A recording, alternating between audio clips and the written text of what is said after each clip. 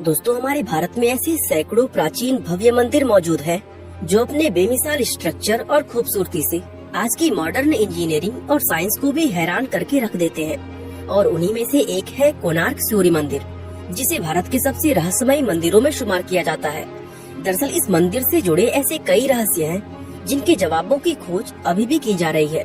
बताया जाता है कि किसी समय इस मंदिर के शीर्ष पर एक स्पेशल किस्म की विशालाकार चुंबक लगी होती थी, जिससे मंदिर में मौजूद सूर्य देव की मूर्ति हर समय हवा में लटकी रहती थी। ऐसे में सवाल उठता है कि आज से सैकड़ों साल पहले इस मंदिर को आखिर किस तरह से बनाया गया होगा, और क्या वजह है कि इस मंदिर का मेन गेट पिछले 118 सालों से बंद पड़ा हुआ है। इस मंदिर के बारे में इसी तरह की और भी बहुत सी रहस्यमयी बातें हम आज की हमारे इस वीडियो में बताने वाले हैं। तो चलिए अब इस वीडियो को शुरू करते हैं। दोस्तों, कोणार्क मंदिर भारत के उड़ीसा राज्य में पुरी शहर से 35 किलोमीटर की दूरी पर कोणार्क नाम के एक टाउन के अंदर स्थित है। बताया जाता है कि इस मंदिर को पूर्वी गंग वंश के राजा नरसिंह देव प्रथम के द्वारा सन 1250 ईस्वी के आसपास बनवाया गया था। राजा नरसिंह देव ने ये मंदिर भगवान सूर्य देव को समर्पित करके बनवाया था, जिसमें सूर्य देवता की एक विशाल और भव्य मूर्ति स्थापित की गई थी।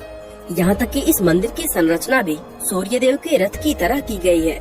दरअसल हिंदू धर्म में सूर्य देव को पूरे ब्रह्मांड के जीवन का स्रोत कहा जाता है, और माना जाता है कि सूर्य देव आकाश में एक रथ पर सवार होकर यात्रा करते हैं, जिसको 7 बेहद ताकतवर घोड़े खींचते हैं।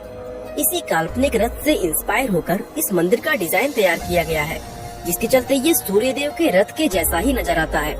इस मंदिर के दोनों तरफ पत्थरों के 12 जोड़ी पहिए लगाए गए हैं।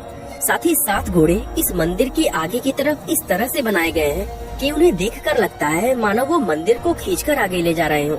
मंदिर के दोनों तरफ बने ये पहिए सुंदर होने के साथ ही प्राचीन भारतीय इंजीनियरिंग का एक बेहतरीन नमूना भी है। दरअसल ये 12 पहिए साल के 12 महीनों को दर्शाते हैं, और इन पहियों की मदद से समय का सही अंदाजा लगाया जा सकता है।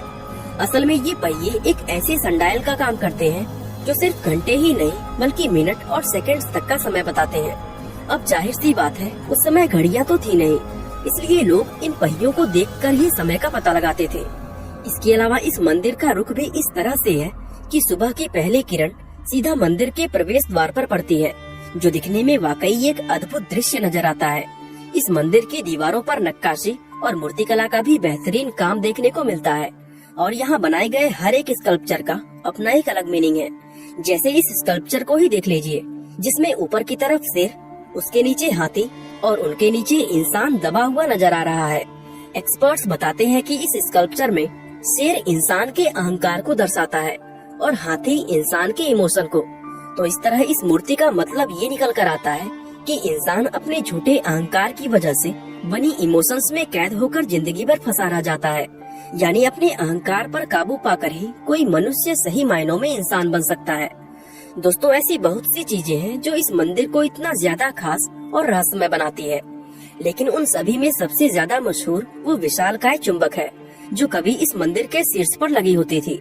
हालांकि ये बात ऐतिहासिक रूप से आज तक साबित नहीं हो पाई है, लेकिन फिर भी बहुत से एक्सपर्ट्स ये मानते हैं कि इस मंदिर के अंदर लोडस्टोन नाम का एक 52 टन वजनी पत्थर लगाया गया था, जो कि एक प्राकृतिक चुंबक के रूप में जाना जाता था।